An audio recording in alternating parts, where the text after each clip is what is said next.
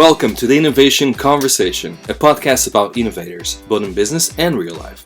Hosted by myself, Ricardo Pascual, and Harry McDonough. This podcast is also sponsored by ODEF Tech. ODEF Tech is your premier software development partner. Make sure you check them out at odev.tech. The podcast is also sponsored by Notion.so. Notion is offering 6 months for free for new users. Make sure you check out our website, thestartupevents.co.uk, to redeem this offer. Hi, and welcome to another episode of the Innovation Conversation. Today we are joined by André Souza. André, welcome. Thank you, Ricardo. Great to be here. André, would you like to tell the audience a little bit more about yourself and what you do? Yeah, of course. So I'm a mechanical engineer, born and raised in Lisbon, Portugal. After taking my education, I ended up working on a robotic startup. And after a bunch of things, I ended up starting a company called Trip.com, where currently we have 2 million users. And we have been through the proper startup roller coaster. So very happy to share the experience with Trip.com and the ongoing challenges that come with growing a worldwide startup. So how did Trip.com get started? So basically in 2018, I came to Denmark to take a master's in product development and innovation. And as part of my studies, I had the opportunity to study in China during the summer. As part of that study program, I had to come up with a business idea that would connect the Nordic countries with the Chinese market. And when I was doing that trip, I was also not only staying in China, but I was hopping between different cities around Asia. And that whole trip was a pain to plan. Like it took a long time. And I thought, like what we are doing here, or what I'm doing as a human, which is looking into big data tables from Google Flights and trying to stitch different routes and find the cheapest tickets and cool places to go, probably it could be done much better and faster by an algorithm. So when I was doing this course, I basically ran with this idea in this course of a startup that would enable Chinese travelers to go to Europe and hop between different locations. And that was the start of Trip.com. Initially, I was thinking that I could assemble a Chinese team of developers and run things in Europe, having the Chinese people in China. But unfortunately, the developers that ended up being in the initial team, they didn't speak English. So that was quite a challenge to get things running. Yeah, it was an issue. Yeah, a slight issue. So basically, what I said was, told myself, okay, this is not going to work with Chinese developers. I need to find friends and colleagues that can help me build this in Europe. And I had a bunch of friends from Lisbon, from Technico, from Nova, and also from Denmark, very good engineers that I just grabbed the phone and told them, hey, I have this idea. I tried this with some Chinese developers. It didn't work out. Would you guys like to help me build this open-ended platform that can create dynamic trips from anywhere to anywhere? That was the starting point, was basically have this relatively small group of 5 other people besides me, all software engineers, working. Then COVID came, working on this project in our homes during our free time, and then it started gaining size and the engine getting better and better, which led us to quit our jobs and start full time on the company. Interesting. And how did were you in Lisbon at the time, or you were back in Denmark? No, I was back in Denmark. So after I started this project at the end of my first year master's education, and I was running with it for the COVID year, basically in 2020. And then I started working for the university in Denmark as a research assistant, doing something totally different with composite materials research, lecturing students, but still keeping basically the pet project in a way on the side with my colleagues. And we would have weekly meetings about Trip.com and work slowly on the project. And then it got to a point where like the engine was giving really good recommendations. It was also maybe because at that time flight tickets were very cheap. So the engine, it could come up with a bunch of combinations, and actually it was amazing because it was super affordable. But we felt like the combinations that were suggested by the engine were pretty good. So we had something to go crazy, basically, and quit our jobs. And that's what we did, myself and our CTO, Elio. He was working for a startup in Portugal. He decided also to quit his job together with another Danish colleague. And we had no money in the account, basically. And we just had the wheel of creating something that would enable people to travel much easier and go to places that they wouldn't be expecting if it And did wasn't you by get our recommendations. and how hard? I mean, I'm assuming at some stage you went and got some funding to continue this, or you're Yeah, completely self-funded. no. Actually, from the starting point, I remember my first pitch about Trip.com was in China. I was pitching to it to a group of investors. I asked for basically 40,000 euros for, I think it was like a 15% stake or 25% stake in the company. So from the get-go, I was trying to raise money for the project. We just didn't get money. So we had to, especially during COVID times, no one wanted to invest in a travel project. So we just had to basically bootstrap and do things by ourselves. When it came to us quitting our jobs, we were lucky enough that after 3 months of quitting our jobs, and basically having no money in the company by then, that we got two angel investors from Denmark that said, we don't really get this engine, but we like the team. We like the fact that you guys are crazy, that we quitted your jobs to do this. We like your big ambition. So they gave us basically each one about 40,000 euros each one. And Okay. we got also the support of the Danish Innovation Fund, Danish Growth Fund.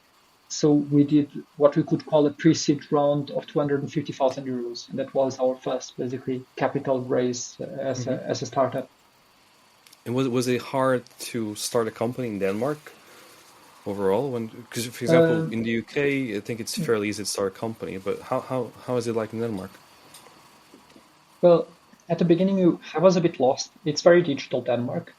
The system is there actually to help you. So everything should be very easy, but I don't speak Danish, or I don't speak almost anything of Danish. So it gets a bit difficult.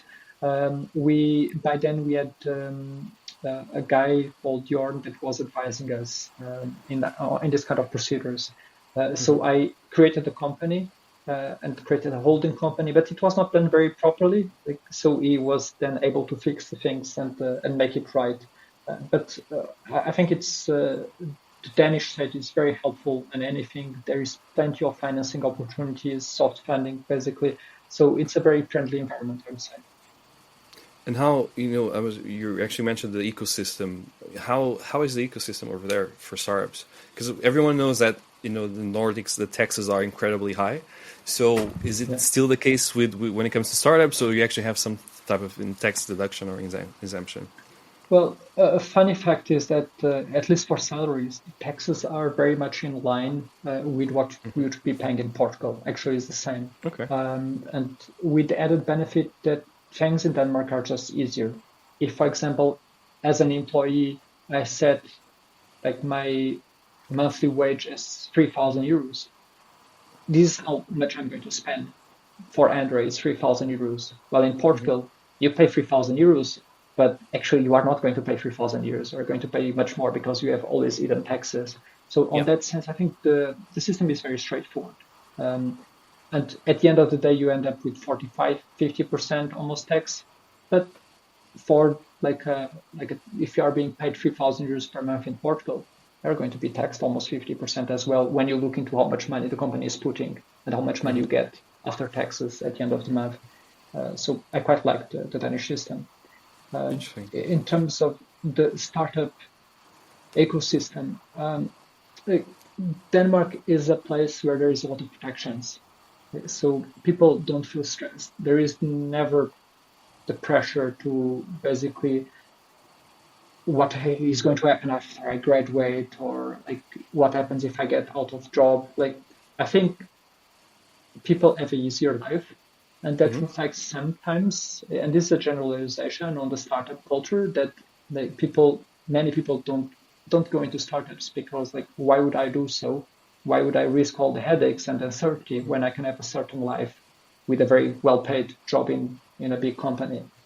However, I think like in any country that there is that like 1% or 2% of people that are crazy in a way, but also very eager to create their own things and to just basically build something from scratch. And you'll find like that those kind of things, they're incredibly smart. They have an Hmm. extremely good education that is very practical in many things, and they excel. And that's why I think you see many Danish unicorns or some decent Danish unicorns that have an impact.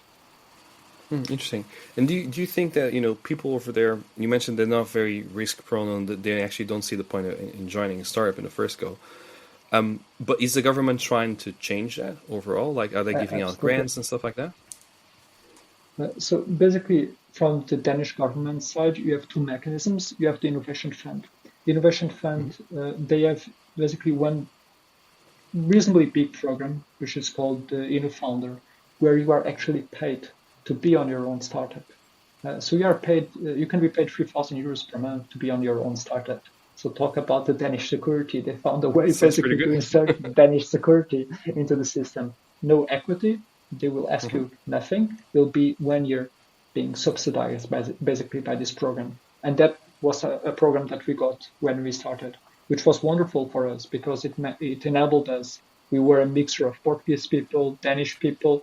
It enabled the team all to come together in Denmark. So we had two people from Portugal that were under this program, basically being paid by the government to work on the company, which was really lovely. And then the Interesting. second mechanism is the Danish Growth Fund, which will basically hand out loans with quite Hmm. favorable conditions for Danish startups. Of course, you'll need to pay it back if you don't go bankrupt before that. But it's quite friendly conditions, and they have been supporting also a lot of companies. But these are the two main, basically, supporters. Like when we talk about bigger money, it's the Innovation Fund and the Growth Fund. It's pretty good. I mean, if you're able to launch a startup and you're already getting paid by the government a salary, it's a very good deal, because in the beginning there's never any revenue coming in unless you're extremely likely you actually have an amazing product market fit. So I mean, Yeah, it's one I of think everyone those wants to move. moments. Yeah. Everyone's going to move It's one there. of those moments where you see you are paying almost 50% tax, but it goes somewhere. It's like the Yeah. same with our education. If you study in Denmark, uh, as a Dane, you are also going to be paid by the state. And that's about 800 euros per month after taxes. So it's Hmm. pretty good that you are paid throughout every month of your education. So at least you see that some of the money is being put to good use, and it's being used to boost basically people studying and also to boost their innovation. That makes sense. And tell me about Trip. I mean, you guys launched in 2020. We're talking about this, and then we kind of went um, Yeah. off track a little bit. And how is it going now? Because you're still up and running. So I'm assuming the last 4 or 5 years have been fairly successful. The website looks amazing. So yeah, how is it going right now? Yeah, thank you. So, uh, just to close the round conversation, so in 2023, in the beginning of the Hmm. year, we raised another round of 500k euros. That round was with a VC, so it was more like a bigger round in a way. Hmm. We also had angel investors, and again, the growth fund also supporting us. To go back a bit with what was our initial idea with Trip.com and how it turned out to be. Our initial idea was we want a place where first the engine knows all the flights, all the trains, if possible, and a lot of the buses data for the whole year. So it doesn't matter where you are in the world as a user, Hmm. the platform should know from now till the next year what are the different possibilities for you to travel from any location to any location. And this has been the first basically cornerstone for us is have a very complete picture of what are the possibilities and routes around the world. And the Hmm. second cornerstone is with this very big data set, how can we do smart combinations that are likely to interest users? So basically, I can grab a flight from Lisbon to Copenhagen, and that flight can cost 200, 300 euros. Is that a good deal? Is that something that if I push to Ricardo, is it something that is likely to interest him? Hmm. And that has been like our second big, basically source of headaches and source of work. is how can we have an engine that stitches different tickets together with accommodation in a way that is likely to interest users. We started with this vision, and then I think I started also realizing it didn't come as part of the initial pitch, but this having algorithms decide what I'm going to basically digest as a human is becoming very mainstream. Like back 10 years ago, I would go to YouTube and I would search for things. I would search for cat videos. Now I go to YouTube and the algorithm, like I never search for anything on YouTube. The algorithm is understanding who I am and suggests me things for me. So that has become the big goal for Trip.com, is being the platform that for the travel industry is able to understand who you are as a consumer and give you the travel suggestions that are likely to interest you. So that has become like our main focus. And because of that, that's why we created such an open platform where you don't need to input dates, you don't need to input where you want to go, any sort of budget or restrictions. Like the platform will just find what is likely interest to you. Interesting. And how are you doing? Like, I'm assuming there's a lot of machine learning, a lot of AI also running on the background. How Yeah. how hard was it to get that started and implemented from day one, I guess? Yeah, it's you need to start uh, in a simple format, um, Hmm. which is very tough in the travel industry because they're like the main barrier to entrance is how are you going to get the flight data? How are you going to get the trains data? Because there is no single platform that where you can just take that data from and use it. So Hmm. those were some of our initial difficulties. It required basically quite a decent sized team. So we have basically at the moment like 12 developers working full time on the project. And it Hmm. requires a ton of API integrations. It requires scraping different sources. It requires taking data from different companies so that we can build this very big data set. And when we talk about like our big data set, we are talking currently about more than 70 million flights, trains and Wow. buses that every day basically we need to keep updated. So without exaggerating, like in a month, we'll take billions of data points to update basically this 70 million flights, trains and buses. Hmm. So in terms of infrastructure, is quite expensive, and there is a lot of groundwork done to create this very big system.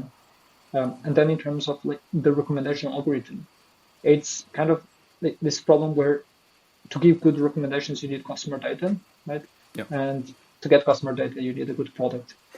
So at the beginning, we did a lot of assumptions of like what would be likely to interest people, and we have been replacing those assumptions by our deep learning model that is understanding based on our big customer data what have been the patterns in terms of conversion, in terms of what is interesting people to click, to basically change trips, like all of these different user behaviors. Interesting. It's a fascinating market you're in because I guess there's been platforms like this for quite some time, but I don't think they've gone that deep into what the possibilities are for the traveling industry, right? I'm thinking, I don't know, Yeah, Kayak or something like that, which I'm sure is one of your competitors, but at the same time, I don't think they do half of what you do, so it's quite interesting. like the industry is formatted in a funny way.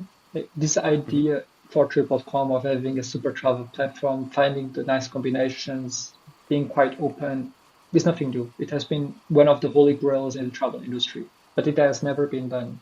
And I think there are two main reasons for it never have been realized. The first reason is just barriers to entrance. If you come as a startup, the amount of developer hours, the amount of complexity that you'll need to build to create something like this is just crazy. Like you have been working on this in for more than 3 years, right? And there's still a lot of things to be done. The second thing is that the industry has been formatted in a funny way. So you mentioned Kayak, like the Sky Scanners, the Google Flights. They don't sell flights. They are what is called a meta search platform. So Yep. what they do is basically are like a catalog of the different possibilities, but they never sell those possibilities. Who sells the flights is what is called online travel agencies, like the Booking.coms, eDreams, and these all travel platforms, with the exception of Booking.com, have generally not been very good at creating a brand for themselves. What they have been very good is understand the dynamics of the meta search and be able to give and bid with flight routes at the right time, at the right price to travelers. So the dynamic has been Hmm.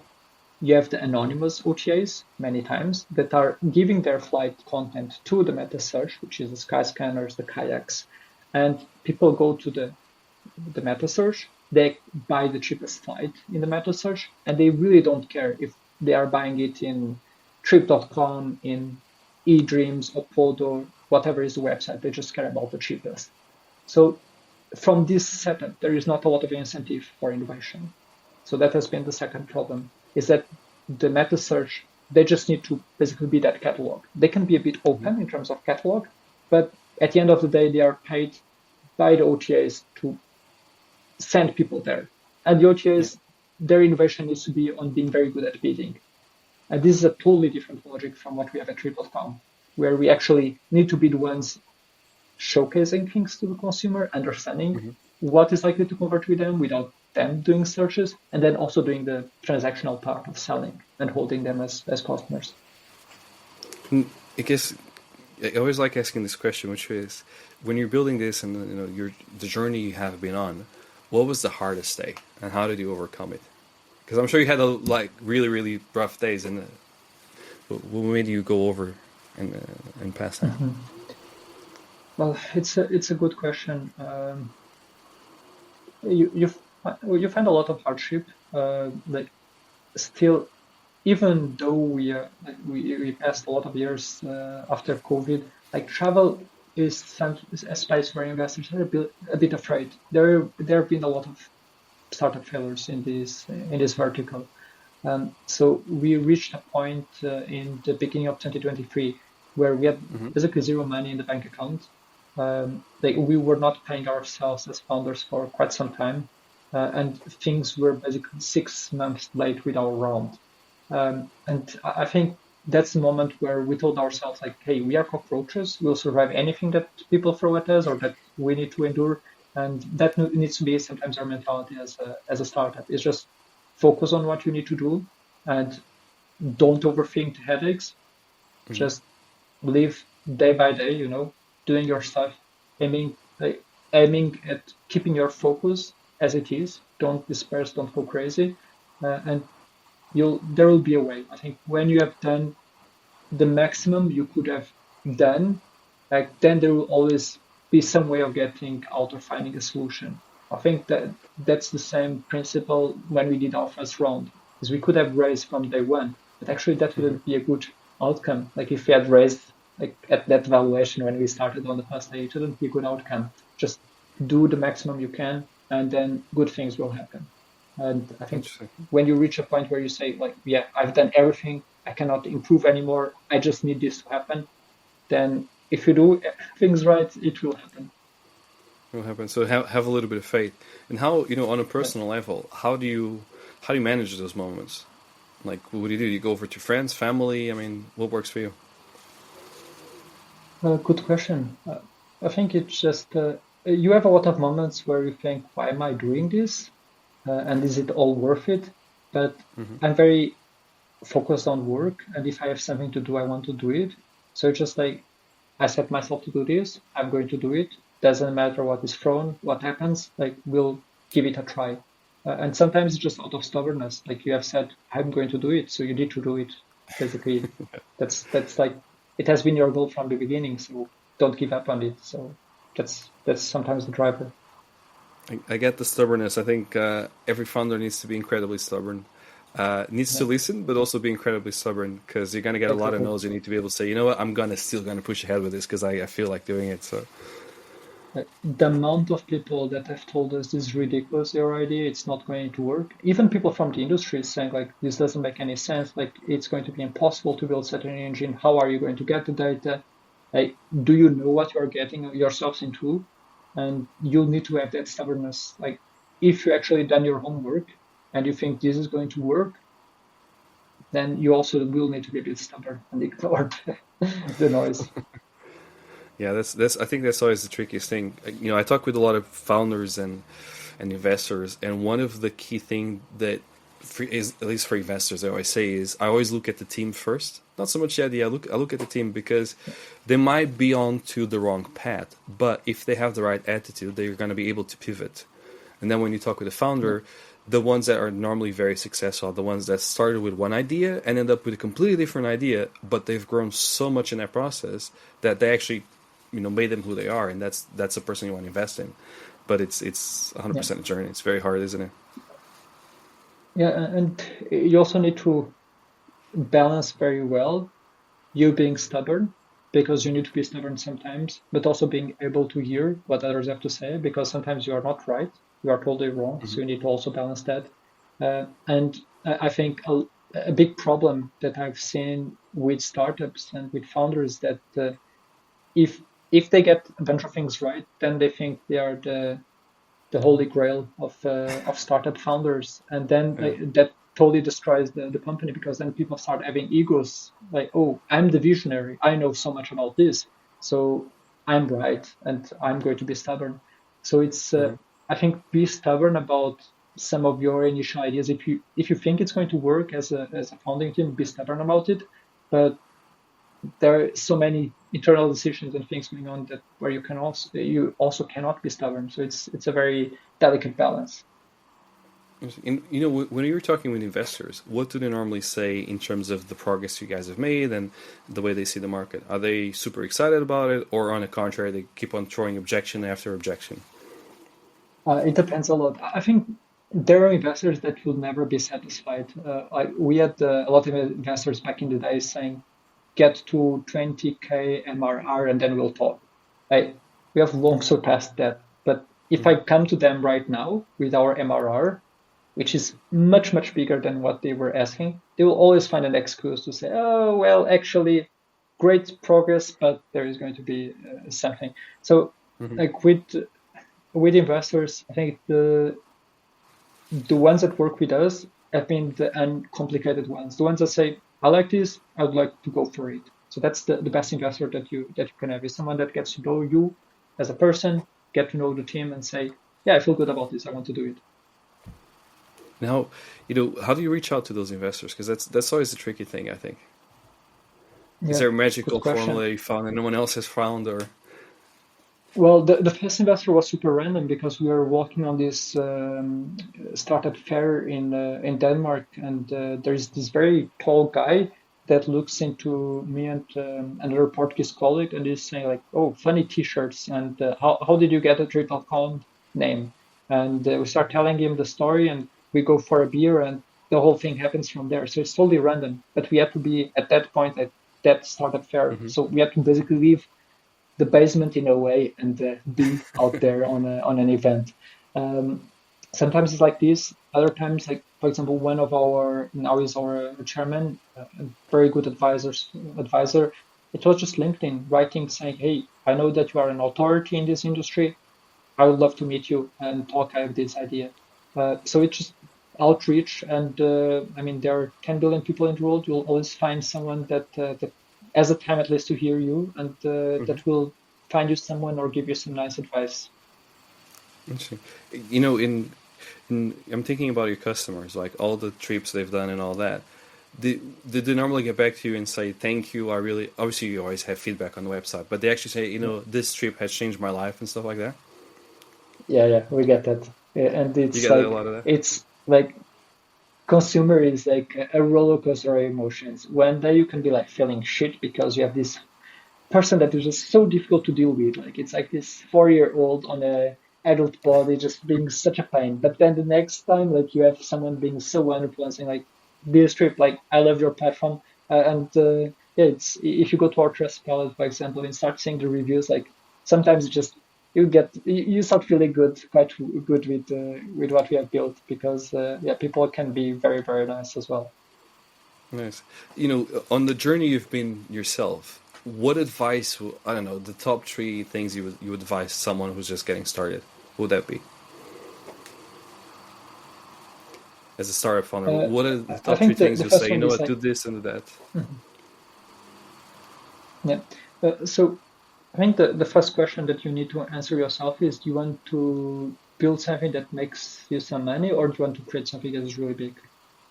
And if you want to create like something that is, we could say like unicorn potential as a startup, then you'll have a lot of hard work. Like there is no easy way. Like you have so many people thinking about what can be the next thing. If it was that easy, other people would have done it. So you need to answer very well as an individual. How am I going to pull this off and why? That others haven't been able to come up with. Like if you are going for the big shot, like you can also go for like a small shot and like you can use a large language model and create some nice thing that makes you some money. But for me, it's not like a startup per se because it's not like the big shot. It's not the big dream. If you want to go for the big shot, you need to answer why, and are you really willing also to put to work the crazy work for you to be able to build this, because it's not going to come easy. And the second one is like no excuses. I hear so many people saying, "Oh, I don't know how to code. I don't know how to do this." How many million students are around you, like in Europe, that are very willing to build something together with other students? Like a ton of them. And you can find a ton of qualified people that just want to get some experience. And if you don't have a big ego and you actually are reasonable to deal with, you'll find a lot of people and you can build a great team that can build anything that you want to imagine. So I think this like no excuses from the personal side. Oh, I need money to outsource, like raise money to outsource some developers. Like fuck off. Like you should be doing this in home, you know? You should be doing it properly with your own team. So this would be my second advice. Well, the third one, I think I already talked with a lot, so maybe these two advices are good enough. Okay, I got an interesting question, which is, what was your favorite trip so far? Good question. I think this one, I'm right now in China, so this one was pretty lit. Hmm. So we basically went from Copenhagen to Vienna, Vienna to Abu Dhabi to a city I forgot the name in Uzbekistan. Then traveled in three cities in Uzbekistan, went to Kazakhstan, grabbed a bus to the land border in China, visited like four cities in the north of China, and now we are in Xi'an. So that's a cool trip. But we have done many trips like trip.com style and Hmm. also created by trip.com that are very centered on this hopping concept of like I don't want to stay 15 days in the same place. I want to be hopping, exploring different places. So we have like a plethora of adventures and crazy situations from these type of trips. Interesting. Now a completely different topic, which is, what's the best advice you can give for someone going on such a trip? So nothing to do with business, but just like, what advice would you Yeah. actually give them? Just trip.com. Yeah. No. I guess when we're actually on the trip, what advice would you give them? Yeah. Fair enough. That's the thing is that I hate planning. That's why I created trip.com. If like I would either have trip.com do it or ask my wife to like plan things in the location. For me, just like I bring everything in one backpack because that's what allows me to travel for trip in low cost carriers. And believe me, you can fit everything for 1 month, 2 months in a backpack. So that would be my advice for you. Just if you want to save, bring a backpack and that's it. Okay, I think we should do a YouTube video just with you packing your bag, so people can actually see how that works. Because I know a lot Yeah, of people that go it three works. Yeah. days and they bring the whole the whole house with them. So yeah.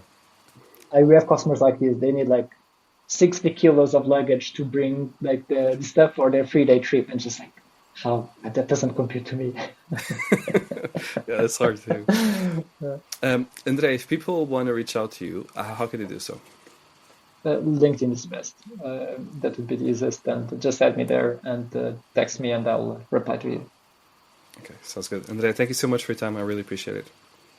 Thank you, Ricardo, for talking with you.